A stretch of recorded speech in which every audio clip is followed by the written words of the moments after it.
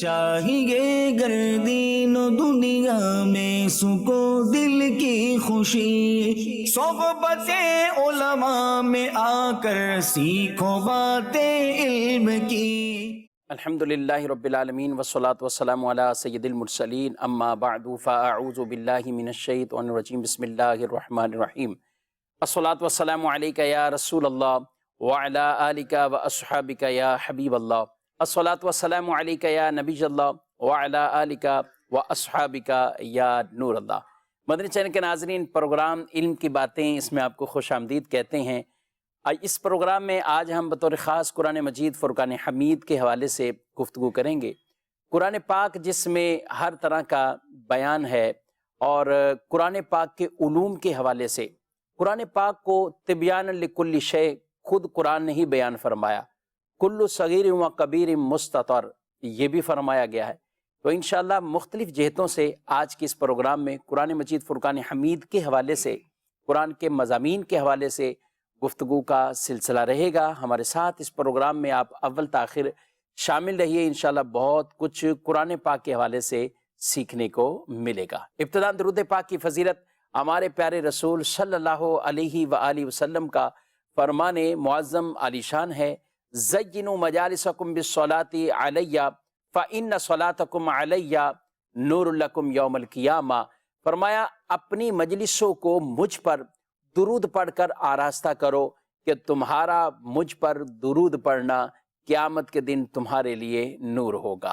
صلو علی الحبیب صلی اللہ تعالی علی محمد صلی اللہ علیہ وآلہ وسلم، صلاۃ و سلام علیکہ یا سیدی یا رسول اللہ وعلی آلکہ و اصحابکہ یا سیدی یا حبیب اللہ۔ الحمدللہ آج کے اس پروگرام میں ہمارے ساتھ مفتی محمد سجاد عطاری صاحب تشریف فرمائے، حضرت آپ کو خوش آمدید کہتے ہیں۔ جزاک اللہ۔ اور انہی کے ساتھ ہیں مفتی جمیل عطاری صاحب، آپ کو بھی بہت خوش آمدید کہتے ہیں، مرحبا کہتے ہیں۔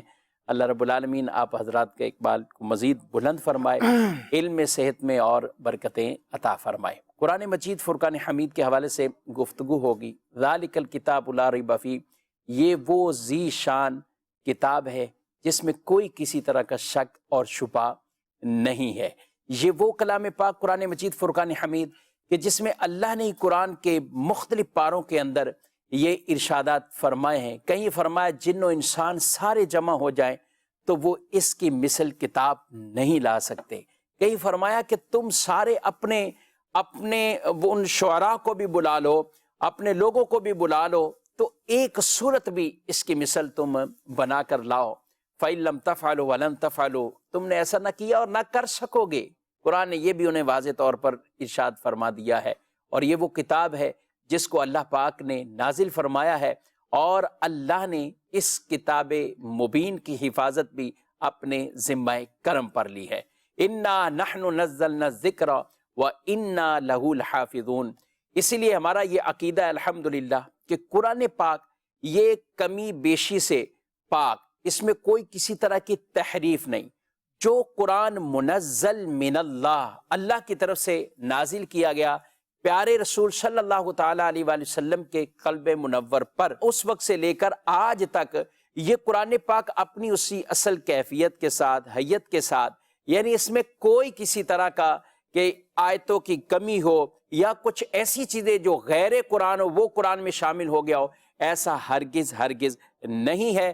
قرآن اس طرح کی تحریفات سے بالکل پاک ہے، اللہ نے اس کی حفاظت فرمائی ہے، اور آج تک الحمدللہ مسلمانوں کے بچے کے سینے میں قرآن پاک جو ہے وہ قرآن کے حافظ ہیں، قرآن پاک کی آیات انہیں یاد ہیں۔ اللہ اکبر، یہ بھی اعزاز ہے اور اس امت کا اعزاز ہے۔ ناظرین، پہلی کتابیں انبیاء کرام علیہ السلام کو حفظ ہوتی تھی، اور قرآن پاک رسول مکرم صلی اللہ تعالیٰ علیہ وسلم کے صدقے اللہ نے اس قرآن کو حفظ کرنے کے اعتبار سے ایسا سہل فرما دیا کہ آج بھی بچہ اسے قرآن کو، وہ چھوٹی چھوٹی عمروں والے 10 سال 12 سال قرآن پاک کے حافظ ہوتے ہیں، اور الحمدللہ مسلمانوں میں کثیر ایسے بچے ہیں، بلکہ یوں کہہ لے کہ کوئی محلہ اس سے خالی نہیں ہے، کوئی گلیاں اس سے خالی نہیں ہے کہ جہاں قرآن کے حافظ موجود نہ ہوں۔ الحمدللہ اللہ اسی طرح مسلمانوں کے بچوں کو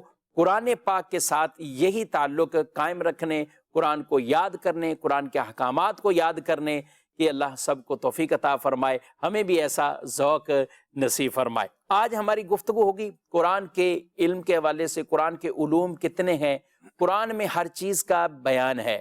جیسا کہ آپ موضوع ہمارا ٹائٹل یہ دیکھ رہے ہیں، تو میں بڑھتا ہوں اس سوال کے جواب کی طرف اور پوچھتے ہیں مفتی جمیل صاحب سے، کیا فرمائیں گے؟ بسم اللہ الرحمن الرحیم۔ ہر کلام اپنے متکلم کے علم کا آئینہ دار ہوتا ہے، یعنی جو بھی کلام کیا جا رہا ہوتا ہے تو اس کلام سے معلوم ہوتا ہے کہ یہ کلام کرنے والا کتنا علم رکھتا ہے، اور علم اس کے جو کلام ہے اس کے علم پر دلالت کر رہا ہوتا ہے۔ ٹھیک۔ تو اب کلام کرنے والے بڑے سے بڑے اس دنیا میں موجود ہیں، اور ہر ایک کو اپنے علم پر ایک ناز ہوتا ہے کہ مجھے اللہ تعالیٰ نے اتنا علم عطا فرمایا ہے۔ اب اسی طرح اللہ تبارک و تعالیٰ کی بھی ایک صفت کلام ہے، اور قرآن پاک اللہ تبارک و تعالیٰ کی اس صفت کا ایک مظہر ہے کہ اللہ تبارک و تعالیٰ کا یہ کلام ہے۔ تو اب جب ایک عام شخص کے کلام سے اس کے علم پر دلالت ہو رہی ہوتی ہے، معلوم ہوتا ہے، اور بعض اوقات ہم دیکھتے ہیں کہ کسی شخص کا کوئی کلام سن کر اش کر اٹھتے ہیں، یار اتنا علم اس کے پاس ہے۔ اور جو بھی متکلم ہوگا وہ اپنے کلام میں وہ سارا علم بیان نہیں کر دیتا، بالکل کچھ حصہ ہی بیان کرتا ہے۔ تو اللہ تبارک و تعالیٰ کا کلام قرآن مجید فرقان حمید ہے، اور اللہ تبارک و تعالیٰ نے اپنے کلام کے بارے میں واضح طور پر یہ ارشاد فرمایا ہے، وَنَزَّلْنَا عَلَيْكَ الْكِتَابَ تِبْيَانًا لِكُلِّ شَيْءٍ، کہ اے محبوب صلی اللہ تعالیٰ علیہ وسلم، ہم نے آپ پر کتاب کو درجے بدرجے نازل فرمایا ہے، وقفے وقفے سے کچھ حصہ اس کا نازل کیا ہے۔ اور یہ کیا ہے؟ تبیان لکل شے، یہ ہر چیز کا ایک روشن واضح بیان ہے۔ تو قرآن پاک میں ہر طرح کی چیز، اب کلی شے کا جو لفظ آ رہا ہے، جو عالم ہے، عالم کے اندر جو بھی اشیاء ہیں ان سب پر شے کا اطلاق ہو رہا ہے۔ اب لفظ شے کا عموم کو اگر ہم دیکھتے ہیں تو اس میں کائنات کی میں جتنی بھی اشیاء ہیں، چاہے وہ زمین سے تعلق رکھتی ہوں، آسمان سے تعلق رکھتی ہوں، جنت سے، دوزخ سے، زمین کی گہرائیوں میں، پہاڑوں کے اندر، سمندر کی تہہ میں، تو جو بھی چیز ہے اس پہ لفظ شے کا اطلاق ہو رہا ہے، اور قرآن پاک ہر شے کی تفصیل کرتا ہے۔ اسی طرح اللہ تبارک و تعالیٰ نے ایک اور مقام پر قرآن پاک کے بارے میں ارشاد فرمایا، اس کی عظمت کا اظہار کرتے ہوئے، ما فرطنا فی الکتاب من شیء، کہ ہم نے اس کتاب یعنی قرآن مجید میں کوئی چیز نہیں چھوڑی۔ اب کوئی چیز نہیں چھوڑی، اس کا مطلب یہ ہے کہ اس میں ہر شے کا بیان موجود ہے۔ اب چاہے اس کا بیان صراحتاً موجود ہو، چاہے اس کا بیان اشارتاً موجود ہو، کنایتاً موجود ہو، تو ہر شے کے بارے میں قرآن پاک سے علوم حاصل کیے جا سکتے ہیں۔ ہر شے کے بارے میں قرآن پاک سے رہنمائی لیتے ہوئے کسی بھی چیز کی گہرائی اور حقیقت تک پہنچا جا سکتا ہے۔ تو قرآن پاک میں اللہ تبارک و تعالیٰ نے ایک اور مقام پہ ارشاد فرمایا کہ وَلَا رَطْبٍ وَلَا يَابِسٍ إِلَّا فِي كِتَابٍ مُبِينٍ، کہ کوئی بھی خشک یا کوئی بھی تر چیز ایسی نہیں ہے جو کتاب مبین میں نہ ہو۔ کتاب مبین سے مراد لوح محفوظ ہے۔ اور قرآن پاک کے بارے میں فرمایا گیا ہے، اللہ تعالیٰ فرماتا ہے تبیان لکل شے، کہ یہ قرآن ہر چیز کا ایک واضح روشن بیان ہے۔ تو قرآن پاک کے ذریعے سے علم لوح، علم قلم، اس کا بھی علم قرآن پاک کے اندر موجود ہے۔ قرآن اس کا بھی ذکر فرماتا ہے، ان کی بھی تذکرہ فرما رہا ہے۔ تو قرآن پاک میں یوں لوح محفوظ کا بھی علم قرآن پاک کے ذریعے سے جانا جا سکتا ہے۔ اب لوح محفوظ میں کیا ہے؟ کوئی خشک، کوئی تر چیز ایسی نہیں جو کتاب مبین میں نہ ہو۔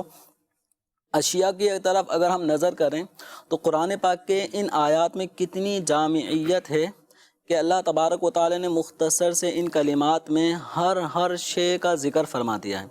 کوئی بھی چیز ہوگی یا تو خشک ہوگی یا تر ہوگی، یا تو گیلی ہوگی یا خشک ہوگی۔ بالکل۔ تو اب ہر چیز، اب چاہے چھوٹی سی چیز لے لیں، بڑی سے بڑی چیز لے لیں، تو قرآن پاک میں ان مختصر سے الفاظ میں اللہ تعالیٰ نے ان کا ذکر فرمایا کہ ان کا ذکر لوح محفوظ، کتاب مبین یعنی لوح محفوظ میں ہے، اور قرآن پاک تبیان لکل شے ہے، اور قرآن پاک ہر چیز کو کھول کر بیان فرما رہا ہے۔ اب یہ ہے کہ قرآن پاک میں ہر چیز کا بیان موجود ہے، کوئی بھی چیز ایسی نہیں ہے جس کا یا تو صراحتاً قرآن میں ذکر نہ آیا ہو، یا اس کا کوئی نہ کوئی ضابطہ، کوئی اصول قرآن پاک میں نہ آیا ہو۔ تو اس لیے اجمالی اعتبار سے ہم یہ کہہ سکتے ہیں کہ ہر چیز قرآن پاک کے اندر موجود ہے، اور قرآن پاک کے اس اجمال کی تفصیل اللہ تبارک و تعالیٰ کے رسول صلی اللہ تعالیٰ علیہ وسلم نے فرمائی ہے۔ سبحان اللہ، سبحان اللہ۔ یعنی ہر چیز کی گویا کہ اس طریقے سے آپ نے جو شے اور اس کا اطلاق اعلیٰ حضرت امام اہل سنت کا، یہ جس سے آپ یہ عبارتیں پڑھ رہے تھے، وہ ایک رسالہ بھی ہے نا اس موضوع پہ، جی جی، اعلیٰ حضرت امام اہل سنت نے، اور بڑے ہی خوبصورت انداز میں آپ نے بھی اس پر جو کلام فرمایا کہ شاید تمام موجودات اور جس پر اس کا اطلاق آتا ہے۔ مفتی صاحب، سجاد صاحب آپ کی طرف آؤں گا، کچھ تو انہوں نے وضاحت کی اور بڑی عموم کے ساتھ اس چیز کو بیان کیا ہے، اور قرآن پاک میں کچھ آیات تو ایسی ہیں کہ جو عقائد سے تعلق رکھیں، کچھ ایسی ہیں کہ جو احکام سے تعلق رکھیں، کچھ ایسے جو قصص ہیں، واقعات ہیں، پچھلوں کی خبریں ہیں، آئندہ ہونے والے کچھ واقعات ہیں، قیامت کے حوالے سے مختلف مقامات پہ تذکرہ ہے، اور مرنے کے بعد اٹھنے کے حوالے سے یہ چیلنجز قرآن پاک میں یہ موجود ہیں جو کفار سے اس طرح باقاعدہ کیے گئے ہیں۔ اس علوم کو آپ کیسے بیان کریں گے کہ یعنی قرآن پاک میں جو ہر چیز کا علم ہے، تو وہ احکام کے اعتبار سے یا کس اعتبار سے؟ بسم اللہ الرحمن الرحیم۔ سیدی اعلیٰ حضرت رحمۃ اللہ تعالیٰ علیہ نے جیسا کہ آپ نے بیان فرمایا تبیانا لکل شیء میں ارشاد فرمایا کہ شے ہر موجود چیز کو کہتے ہیں۔ تو اب قرآن پاک ہر موجود چیز کا بیان ہے، یعنی عرش سے لے کر فرش تک، اور شرق سے لے کر غرب تک، اور تمام حرکات سکنات، یہاں تک کہ دلوں پر آنے والے خطرات، اللہ، ان تمام چیزوں کا بیان قرآن پاک میں موجود ہے۔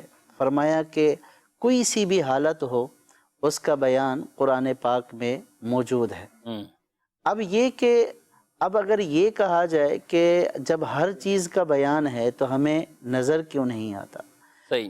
مراد اس سے یہ ہے کہ قرآن پاک کے جو علوم ہیں، قرآن پاک کی ہر آیت میں جو علوم ہیں، یہ اتنے وسیع ہیں اور اتنے زیادہ ہیں کہ اگر ان علوم کے اوپر معرفت حاصل ہو جائے، یعنی ان علوم کی پہچان حاصل ہو جائے، تو پھر بندے کو ہر چیز کا علم حاصل ہو جائے۔ ٹھیک۔ اسی لیے علماء نے فرمایا کہ حضرت ابن عباس رضی اللہ تعالی عنہ نے یہ فرمایا کہ اگر میرے اونٹ کی رسی گم ہو جائے تو میں اس کو بھی کتاب اللہ سے تلاش کر لوں۔ تو مراد یہ نہیں کہ وہ کتاب اللہ میں لکھی ہوئی ہوگی، مراد یہ کہ کتاب اللہ کے جو علوم ہیں ان علوم کی رہنمائی سے میں اس کو پالوں۔ امام ابن حجر مکی رحمت اللہ تعالی علیہ فرماتے ہیں کہ قرآن پاک کے علوم اتنے ہیں اور ان کی کوئی حد اور انتہا نہیں ہے، اور امام قاضی ایاز فرماتے ہیں کہ قرآن پاک کی ہر آیت کے تحت اتنے علوم کے ذخائر ہیں، اتنی فصلیں ہیں، اور اتنے علوم کے خزانے ہیں کہ علماء نے ان علوم کے خزانوں پر کتابوں کے دفتر بھر دیے، لیکن پھر بھی قرآن پاک کی انہوں نے صحیح ترجمانی بیان کر دی، تمام علوم بیان کر دیے۔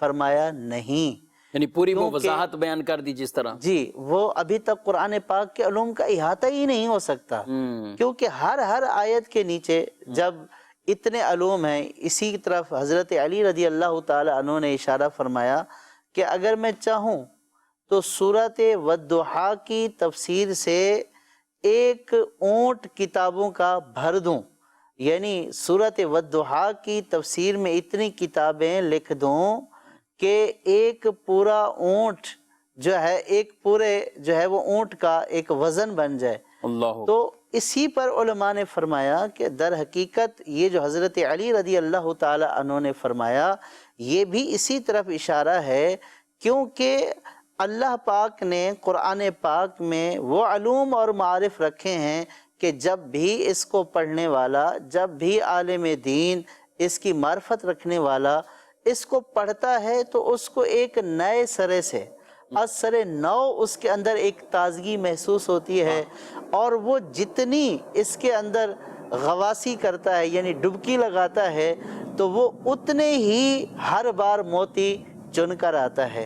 تو علماء نے فرمایا کہ بہت ساری چیزیں ایسی ہیں کہ جن کے بار بار کرنے سے اسودگی حاصل ہو جاتی ہے، یعنی سیری حاصل ہو جاتی ہے، کہ جیسے ہم کھانا کھاتے ہیں اور اگر ایک کھانا بار بار کھائیں تو اس سے بھی اسودگی اور سیری حاصل ہو جاتی ہے۔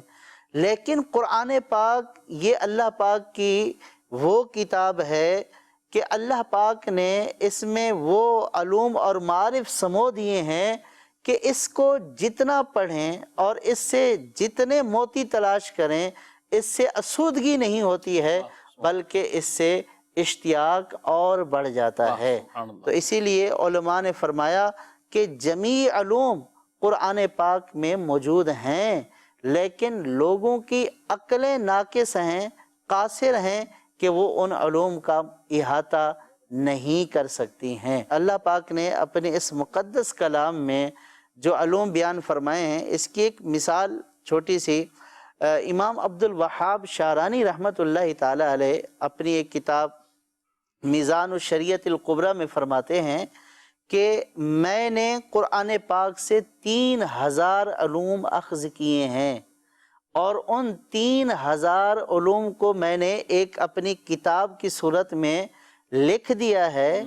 فرمایا کہ اپنے وقت کے بڑے بڑے علماء نے اور صوفیاء نے نہ صرف اس کو قبول فرمایا بلکہ اس کو دیکھ کر وہ حیران رہ گئے، اور انہوں نے سالکین پر جو ان کے شاگرد تھے، جو راہ حق کے طالب تھے، ان کے اوپر لازم کر دیا کہ وہ اس کتاب کا مطالعہ کریں، کیونکہ جب قرآن کے علوم سے معرفت ہوگی تو تبھی اللہ پاک کی صحیح معرفت اور پہچان حاصل ہوگی۔ تو اب اگر کوئی جو ہے وہ غواصی کرنے والا یعنی موتی تلاش کرنے والا ہو اس کی تہہ سے، تو وہ یقیناً قرآن پاک سے جو ہے وہ بڑے عمدہ موتی تلاش کرے گا۔ یہی وجہ ہے کہ آپ دیکھیں کہ نبی کریم صلی اللہ تعالیٰ علیہ وسلم کے زمانے کے بعد سے صحابہ نے، تابعین نے جو ہے وہ پوری قرآن پاک کی تفسیریں لکھی ہیں، اور آج تک قرآن پاک کی تفسیریں لکھی جا رہی ہیں، لیکن کہیں ایسا کسی تفسیر سے یہ نظر نہیں آتا کہ قرآنی علوم ختم ہو گئے، بس اب مزید کی ضرورت نہیں ہے۔ تو جب ایک عالم جو ہے وہ اپنی کتاب یا اپنی تفسیر لاتا ہے ماہر قرآن، تو اس کو پڑھ کر دل و دماغ روشن ہو جاتے ہیں، اور پھر ہمارے جیسے کم عقلوں کے اوپر یہ واضح ہوتا ہے کہ اللہ پاک نے اپنی اس کتاب کے اندر کس قدر جو ہے وہ علوم کے موتی اور علوم کے سمندر بہا دیے ہیں۔ اور کیوں نہ ہو، اللہ پاک نے خود کلام پاک میں ارشاد فرمایا کہ اگر یہ وہ سمندر سیاہی بن جائے اور پھر اللہ پاک کے کلمات کو لکھا جائے تو اللہ پاک کے کلمات ختم ہونے والے نہیں ہیں، بلکہ دوسری آیت میں یہ ارشاد فرمایا کہ اگر تمام جہان کے درختوں کو قلم بنا لیا جائے اور 7 سمندروں کو سیاہی بنا دیا جائے تو تب بھی اللہ پاک کے کلمات ختم ہونے والے نہیں ہیں۔ اللہ پاک نے قرآن پاک کے ہر کلمے کے اندر جو ہے وہ اتنے علوم رکھے ہیں۔ آپ اس کا اندازہ اس بات سے لگا سکتے ہیں کہ حضرت سیدنا علی رضی اللہ تعالیٰ عنہ نے فرمایا کہ اگر میں بسم اللہ کی تفسیر بیان کروں، اور بعض روایتوں میں یہ ہے کہ اگر میں الحمدللہ کی تفسیر بیان کروں، تو صرف بسم اللہ کی تفسیر میں 80 اونٹوں کا بار یعنی اتنا کتابیں لکھ دوں کہ وہ کتابیں 80 اونٹ جو ہے وہ اس بار کو اٹھائیں. تو اب یہ ایک بسم اللہ کا جو ہے وہ علم اتنا ہے، اور بسم اللہ کے اندر علوم کے اتنے خزانے پوشیدہ ہیں. جو جاننے والے ہیں وہ کہہ رہے ہیں کہ ہم 70 یا 80 اونٹ جو ہے وہ اس کے بار سے بھر دیں. تو آپ اس سے اندازہ لگائیں کہ قرآن پاک کے ایک آیت میں اگر اتنے علوم کے خزانے ہیں تو دیگر آیات میں کس قدر علوم کے خزانے ہوں. سبحان اللہ. اور یہ حضرت علی رضی اللہ عنہ جو کہ اس شہر علم کے دروازے ہیں، اور ان کا علم یہ ہے تو خود پیارے آقا صلی اللہ تعالیٰ علیہ وسلم کو اللہ نے کتنا وہ علم عطا فرمایا. یہ بات تو دو ٹوک ہے اور طے ہے کہ جو کچھ قرآن میں ہے، اللہ نے قرآن پاک میں یہ واضح طور پر ارشاد فرمایا الرحمن علم القرآن خلق الانسان علمہ البیان، کہ یہاں پر خاص پیارے نبی صلی اللہ تعالیٰ علیہ وآلہ وسلم کو مراد لیا گیا کہ جن کو قرآن کا علم بھی سکھایا ہے اور بیان بھی انہیں سکھایا. قرآن تبیان لکل شے، ہر چیز کا بیان وہ قرآن میں ہے، نہ کوئی تر نہ خوش، کچھ بھی نہیں مگر اس کتاب مبین میں. ہر چھوٹی بڑی چیز مستتر ہے، لکھی جا چکی ہے. اور رسول اللہ صلی اللہ علیہ وآلہ وسلم کو اللہ نے قرآن سکھایا. وَعَلَّمَكَ مَا لَمْ تَكُنْ تَعْلَمْ، آپ کو سکھا دیا اللہ نے وہ جو آپ نہیں جانتے تھے. یعنی ایسا سارا علم عطا فرمایا. سجاد صاحب کیا کہیں گے، قرآن پاک کے اندر علوم آپ نے اتنے بیان کیے، اور قربان جائیں سینہ مصطفیٰ پر اور علم مصطفیٰ پر کہ یہ سارا علم اللہ نے پھر آپ صلی اللہ علیہ وآلہ وسلم کو سکھایا ہے. کسی بھی علم کے حوالے سے 3 طرح سے گفتگو ہوتی ہے جمیل صاحب. ایک دیکھا جاتا ہے کہ کتاب کا مواد کیا ہے، لٹریچر کیا ہے. دوسرا لٹریچر کا مصنف کون ہے، کس نے لکھا. کتاب کو دیکھا، مواد کو، لٹریچر کو، لکھنے والے کو. اور تیسرا بیچ میں کہ اب کن کو یہ آگے کنہوں نے ڈیلیور کرنا ہے، آگے کس تک پہنچانا ہے. بڑا کردار ہوتا ہے ان میں. 3 عام دنیا کی مثالیں بلا تشبیہ ہم لیں تو تینوں چیزوں میں کتاب بہت اعلیٰ ہو لیکن سکھانے والا اس طرح کا نہ ہو تو پھر کچھ کمی رہ جاتی ہے.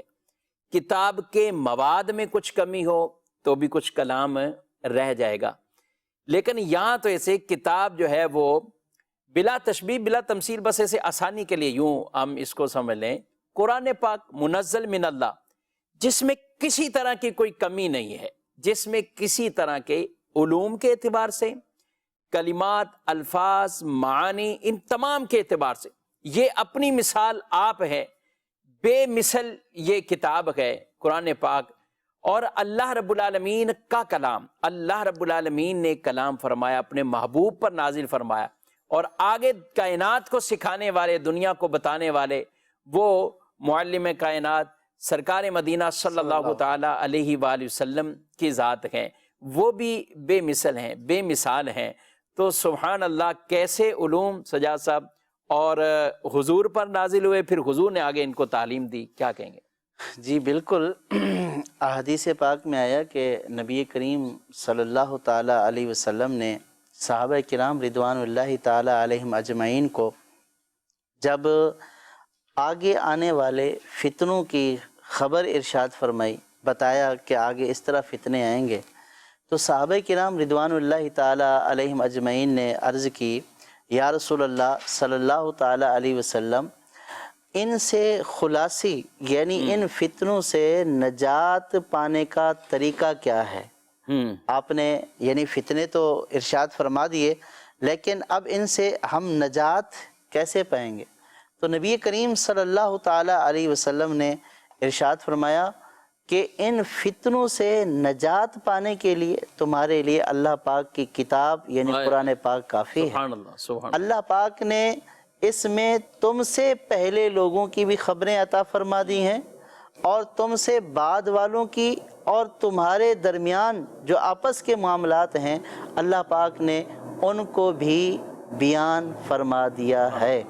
حضرت عبداللہ ابن مسعود رضی اللہ تعالی عنہ فرماتے ہیں کہ جو چاہتا ہے کہ وہ اولین و آخرین کے علوم حاصل کر لے، اس کی یہ خواہش ہے کہ اگلوں کے بھی علم حاصل ہو جائیں، پچھلوں کے بھی علم حاصل ہو جائیں، تو فرمایا کہ وہ قرآن پاک کو پڑھے، کیونکہ قرآن پاک میں اگلوں کے بھی احوال موجود ہیں اور قرآن پاک میں آنے والے لوگوں کے بھی احوال موجود ہیں۔ تو اس سے پتہ چلا، اب دیکھیے کہ سرکار فتنوں کا ذکر فرما رہے ہیں، صحابہ یہ سوال کر رہے ہیں کہ ہمیں پتہ کیسے چلے گا؟ تو نبی کریم صلی اللہ تعالیٰ علیہ وسلم نے فرمایا قرآن میں موجود ہے یہ، اور قرآن میں نہ صرف اگلوں کی خبریں ہیں بلکہ تمہارے آپس کے درمیان کے معاملات بھی موجود ہیں۔ تو اس کا واضح مطلب یہ ہے کہ قرآن پاک کی جس قدر زیادہ بصیرت ہوگی، یعنی قرآن پاک کا جس قدر زیادہ فہم ہوگا اس قدر علم ہوگا، اور پھر اسی قدر اسی علم سے فیصلے بھی ہوں گے، وہی علم نجات کا سبب بھی جو ہے وہ بنے گا۔ اور پھر جو ہے وہ امام شافعی رحمۃ اللہ تعالی علیہ سے منقول ہے غالباً، وہ یہ فرماتے ہیں کہ تمام لوگوں کے علوم، دنیا کے جو تمام علوم ہیں، یہ حدیث پاک کی شرح ہیں، یہ حدیث پاک کی شرح ہیں، اور حدیث پاک یہ قرآن پاک کی شرح ہے۔ یعنی جو قرآن پاک میں ہے وہ حدیث پاک میں بیان کر دیا گیا، اور جو حدیث پاک میں ہے وہ سب لوگوں کے علوم ہیں۔ تو اب اندازہ کیجئے کہ اللہ پاک نے کلام پاک میں جو علوم پروئے ہیں، جو علوم اللہ پاک نے کلام پاک میں رکھے ہیں، ان کو اللہ پاک نے نبی کریم صلی اللہ تعالیٰ علیہ وسلم کو عطا فرمائے، اور سرکار صلی اللہ تعالیٰ علیہ وسلم نے ان علوم کو آگے تقسیم فرمایا۔ اسی لیے تو فرمایا کہ اللہ پاک عطا فرمانے والا ہے اور میں تقسیم کرنے والا ہوں۔ اس کی پہلی تفسیری علم کے اعتبار سے، علم کے اعتبار سے، وَمِنْ عَلُومِكَ علم اللوح والقلم، کہ سرکار صلی اللہ تعالیٰ علیہ وسلم کے علوم میں سے علم لوح والقلم بھی ہے۔ تو اللہ پاک نے قرآن پاک میں تمام چیزوں کو بیان فرما دیا، اور اس قرآن کا علم الرحمن علم القرآن اپنے محبوب کو عطا فرما دیا، اور محبوب علیہ الصلاۃ والسلام نے اس علم کو اپنی امت میں تقسیم فرما دیا، اور تا قیامت یہ امتی علم حاصل کرتے رہیں گے، اور تمام لوگوں کا جو علم ہے وہ گویا کہ حدیث کا حصہ ہے، اور جتنی حدیث ہے وہ قرآن کا علم ہے۔ تو گویا دنیا میں جتنا بھی علم ہے وہ در حقیقت قرآن ہی کا علم ہے۔ ماشاءاللہ ماشاءاللہ، سبحان اللہ، کیا بات ہے، بڑے خوبصورت انداز سے آپ نے یہ کئی چیزوں میں۔ پھر علم کی بات کریں سجاد صاحب، تو اس میں بھی مختلف کیٹیگری کے اعتبار سے، چاہے کسی نے سائنس کا علم جو ہے وہ حاصل کرنا ہو، قرآن پاک سے مختلف انداز سے، یعنی اس کے ماخذ کے اعتبار سے، ان آیات کے اعتبار سے۔ جمیل صاحب آپ کی طرف آؤں گا کہ علوم کی بھی جو ایک قرآن کے مضامین اور علوم بعض ایسی ہیں کہ جن میں احکام، دینیات اور یہ سب چیزیں ہیں، لیکن قرآن غور و فکر، تدبر، تفکر، یہ بھی قرآن ارشاد فرما رہا ہے۔ اور ان فی خلق السماوات والارض واختلاف اللیل والنہار، یہاں بھی آگے یہ ارشاد فرمایا کہ انہی چیزوں میں، یہ آسمان زمین، ان کو بنانے میں، دن اور رات کے آنے نے، اس میں کیا کریں، وہ اس میں فرمایا کہ عقل والوں کے لیے بڑی نشانیاں ہیں، اگر کوئی غور کرتا ہے۔ کیا کہیں گے؟ بالکل، اللہ تبارک و تعالیٰ نے قرآن پاک کے اندر جو ہمیں احکامات ذکر فرمائے ہیں، جو کلام الہی ہمارے لیے سرچشمہ ہدایت ہے، تو قرآن پاک کے مضامین کو اگر ہم دیکھیں تو کئی جہات سے اس پر کلام کرنے والوں نے مختلف کلام کیے ہیں۔ تو اگر قرآن پاک کے اندر جو ایجاز یعنی اختصار، اس کو دیکھا جائے تو باقاعدہ اس فن کے لوگوں نے اس میں قرآن پوری کتابیں لکھ دی۔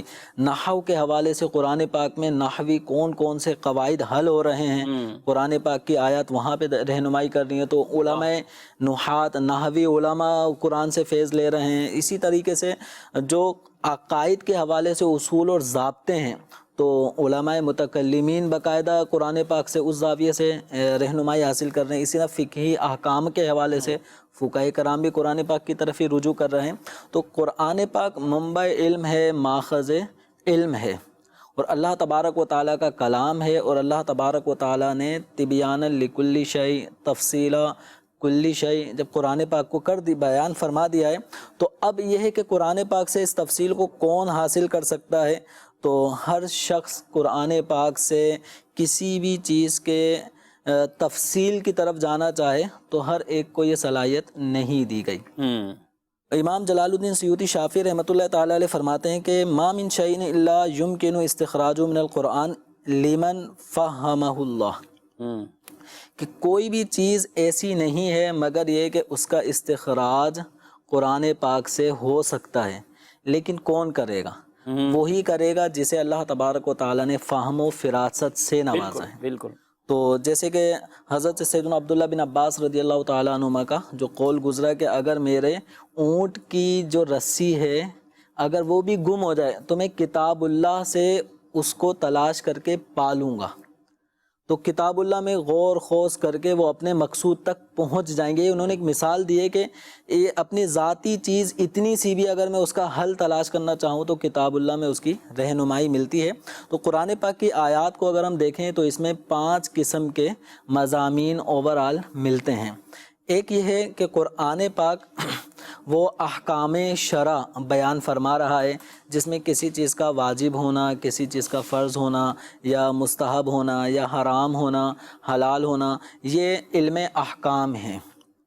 اسی طرح قرآن پاک کے اندر ایک علم یہ ہے کہ اللہ تبارک و تعالیٰ نے اپنی نعمتوں کا جا بجا تذکرہ فرمایا ہے، تو ان نعمتوں کو اللہ تبارک و تعالیٰ بار بار ذکر فرماتا ہے تاکہ بندے اللہ تبارک و تعالیٰ کی نعمتوں کو جو حاصل کر رہے ہیں، اس سے فائدہ اٹھا رہے ہیں، تو اپنے رب کا شکر ادا کریں۔ سورہ رحمان شریف کو اگر ہم دیکھیں تو اللہ تبارک و تعالیٰ نے کتنی نعمتوں کا، اس میں دنیا میں جو موجود نعمتیں ہیں ان کا بھی تذکرہ فرمایا ہے، اور جو اللہ تبارک و تعالیٰ آخرت میں نعمتیں عطا فرمائے گا ان کا بھی اللہ تبارک و تعالیٰ نے سورہ رحمان میں تذکرہ فرمایا ہے، اور جا بجا تذکرہ فرما کے بار بار ایک کلمہ بار بار آتا ہے فَبِأَيِّ آلَاءِ رَبِّكُمَا تُكَذِّبَانِ۔ اسی طرح اللہ تبارک و تعالیٰ نے قرآن پاک میں واقعات ذکر کیے ہیں، اور ان واقعات مختلف جو ہم سے گزشتہ امتیں ہیں ان امتوں کا اپنے نبی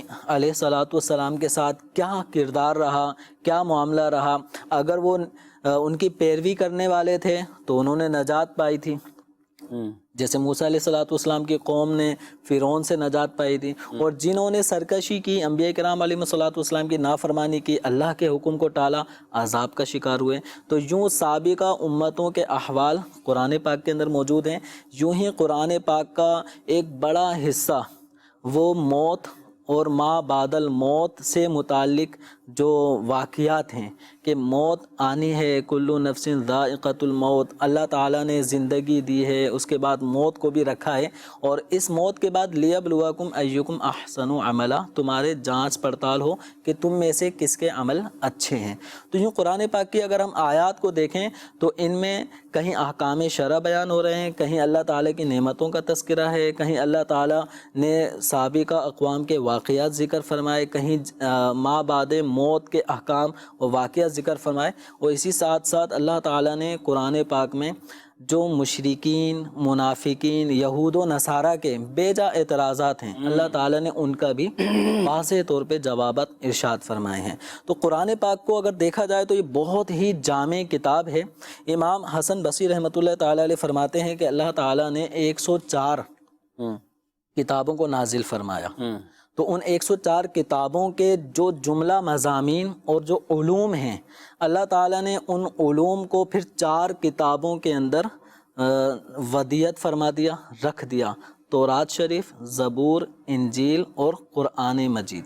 تو تورات شریف میں اللہ تعالیٰ نے احکامات ارشاد فرمائے ہیں، اور زبور کے اندر اللہ تعالیٰ نے تسبیحات، اللہ تعالیٰ کی پاکی بڑائی، ان چیزوں کا ذکر ہے، دعاؤں کا، اور انجیل کے اندر واقعات کا ذکر ہے۔ پھر فرمایا گیا کہ ان 4 کتابوں میں سے 3 کتابوں کے جو علوم ہیں وہ اللہ تبارک و تعالیٰ نے قرآن پاک میں رکھ دیے، اور قرآن پاک میں جو چونکہ الحمد سے لے کے والناس تک مکمل قرآن ہے، اس قرآن پاک کے علوم کو مزید اللہ تبارک و تعالیٰ نے جو سورہ مفصلات کہلاتی ہیں تو ان صورتوں کے اندر رکھ دیا۔ صورتیں یہ سورہ حجرات سے لے کے والناس تک مکمل جتنی آخر کی یہ صورتیں، ان سب کو مفصلات کہا جاتا ہے، ان کے اندر رکھا۔ اور مفصلات کا جو علم ہے ان سب چیزوں کو اللہ تعالیٰ نے سورہ فاتحہ کے اندر ودیت فرما دیا۔ اگر ہم سورہ فاتحہ کے طرف غور کریں تو اس میں گویا کہ اللہ تبارک و تعالیٰ نے بندوں کی تخلیق کا بھی ذکر فرما دیا ہے، الحمدللہ رب العالمین۔ اب ما سوی اللہ کو عالم کہا جاتا ہے، ایک تو اللہ تعالیٰ رب العالمین ہے، اللہ تعالیٰ نے سب کو پیدا کیا، پھر رحمان رحیم، پھر مالک یوم الدین سے قیامت کے دن کا بھی تذکرہ ہو گیا۔ پھر اب جب دنیا میں رہنا ہے تو کیا کرنا ہے؟ اللہ تعالیٰ کی عبادت کرنی ہے، اور اللہ تبارک و تعالیٰ کی عبادت ہم خود از خود نہیں کر سکتے۔ وَإِيَّاكَ نَسْتَعِينُ میں اس طرح اشارہ ہے کہ یہ بھی بتوفیق خداوندی ہوگی، یا بلکہ وہ حدیث قدسی بھی ہے نا، وہ خالص پوری اسی بارے میں، جس میں اللہ نے فرمایا ہے کہ سورہ فاتحہ کو میں نے اپنے اور اپنے بندے کے درمیان تقسیم کر لی، آدھی صورت میرے لیے، آدھی میرے بندوں کے لیے۔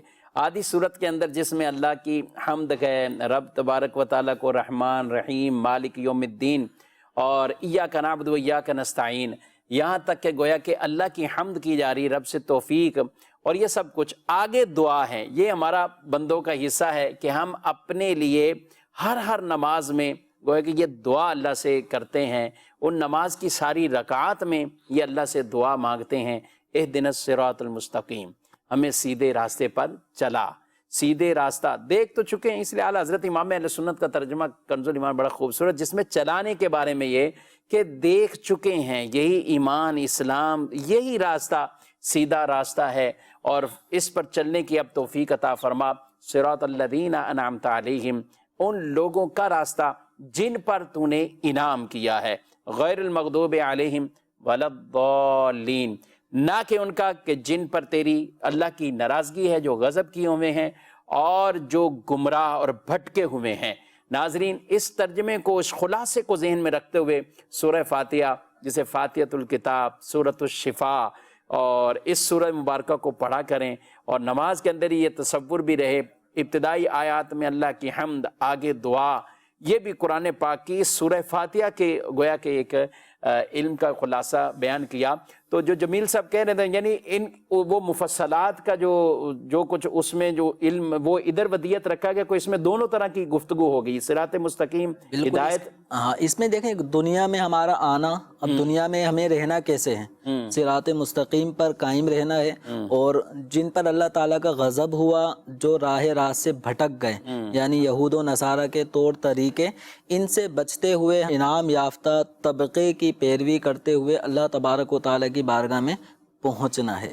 تو سورہ فاتحہ کے ساتھ ساتھ علماء نے تعوذ اور تسمیہ کے حوالے سے بھی یہ فرمایا، امام رازی رحمۃ اللہ تعالیٰ علیہ فرماتے ہیں کہ صرف اعوذ باللہ اور بسم اللہ سے ہزاروں نہیں بلکہ لاکھوں مسائل مستنبت ہو سکتے ہیں۔ واہ سبحان اللہ۔ اب یہ کرے گا کون؟ کرے گا وہی جسے اللہ تبارک و تعالیٰ شرح صدر جس کا کر دے، جس کا ذہن کھول دے، اور اللہ تبارک و تعالیٰ وہ نکات اس کو عطا فرما دے کہ ایک عام آدمی کو نہیں ملتے۔ جیسے کہ امام محمد رحمۃ اللہ تعالیٰ علیہ جب امام شافعی رحمۃ اللہ علیہ کے گھر آرام فرما تھے، مہمان تھے، تو امام شافعی رحمۃ اللہ تعالیٰ علیہ نے تہجد بھی پڑھی، رات کو کچھ عبادت بھی کی، اور امام محمد رحمۃ اللہ علیہ بستر پر آرام فرمائے۔ جب صبح ہوئی تو آپ نے تہجد نہیں پڑھی، اس طرح کی کچھ گفتگو ہوئی، تو فرمایا کہ میں نے آج کی رات ایک آیت سے 1000 مسائل کا استنباط کیا۔ اللہ اکبر، یعنی ایک آیت 1000 مسائل حل کر رہی ہے۔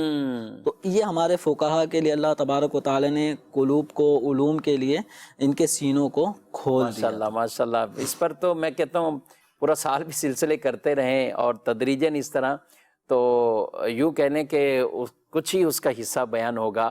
تفاسیر سجاد صاحب اتنی تفاسیر ہیں، عربی کے اندر ہم جائیں تو بھی ایک ایک تفسیر کی کئی کئی جلدیں، ٹھیک ہے، اور اردو کے اندر بھی، لیکن جس کو بھی پڑھتے ہیں ایک نیا رنگ نظر آتا ہے۔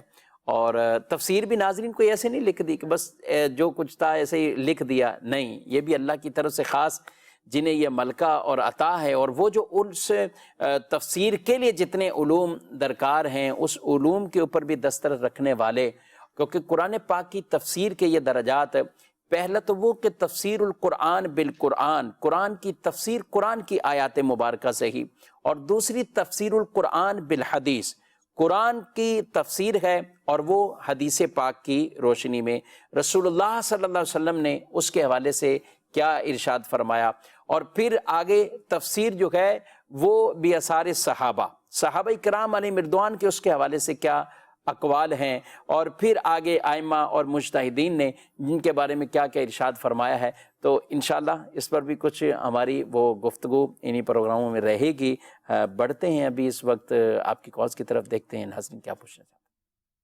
سلسلہ علم کی باتیں میں میرا مفتیان کرام کی بارگاہ میں سوال ہے کہ یہ جو حکم ہے کہ جو ہے نا تفسیر بے رائے یہ حرام ہے، تو اس میں سوال اگر ہے کہ بعض آیات وہ ہیں کہ جن کا جو ہے نا مطلب بالکل واضح ہے، ٹھیک ہے، تو ان میں بھی مطلب کیا ہم مطلب اپنے پاس سے کسی کو بتا نہیں جو ہے نا وہ جان سکتے؟ تو برائے کرم اس معاملے میں رہنمائی فرما دیں۔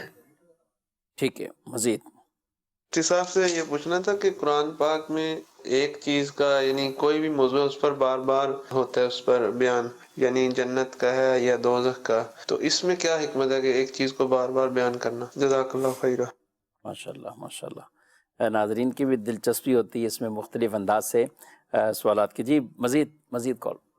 مفتی صاحب کی بارگاہ میں میرا سوال ہے، قرآن پاک میں کتنی بار نماز پڑھنے کا حکم آیا ہے؟ ٹھیک ہے، نماز پڑھنے کا حکم ہے۔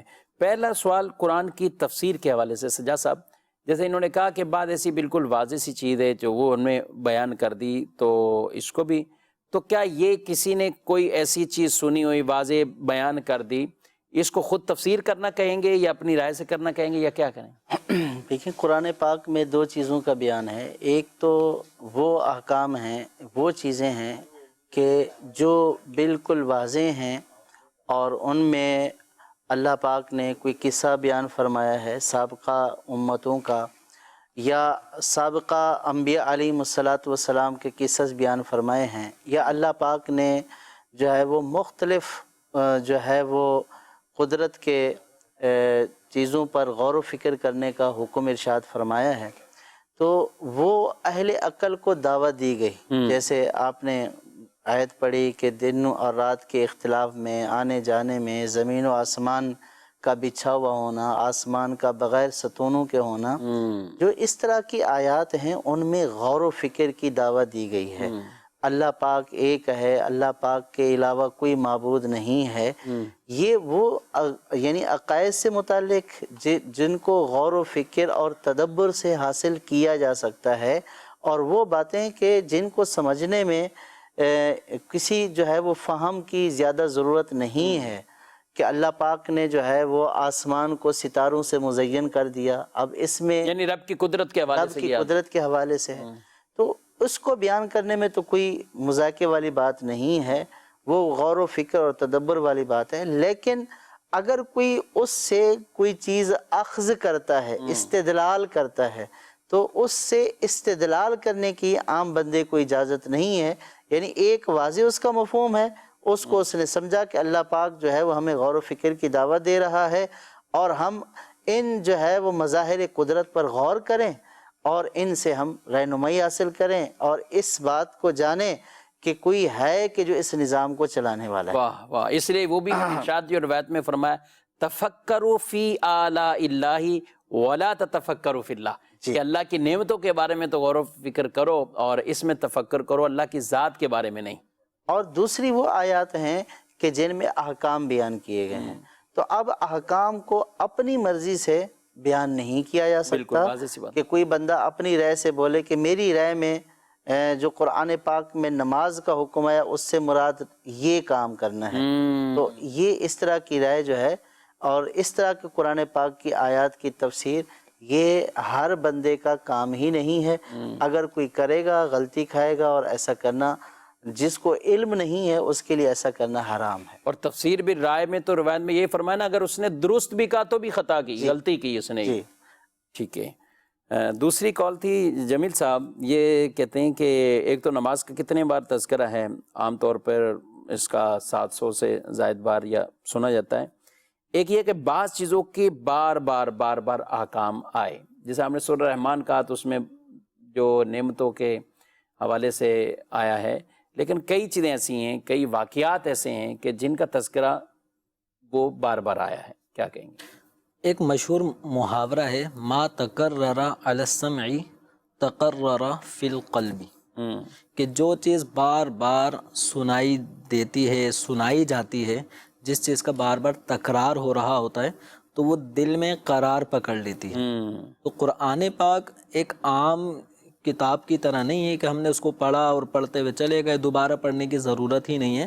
قرآن پاک ایک کتاب ہدایت ہے. جب کتاب ہدایت ہے تو ہمیں ہر معاملے میں قرآن کی طرف رجوع کرنا ہوگا، بار بار رجوع کرنا ہوگا.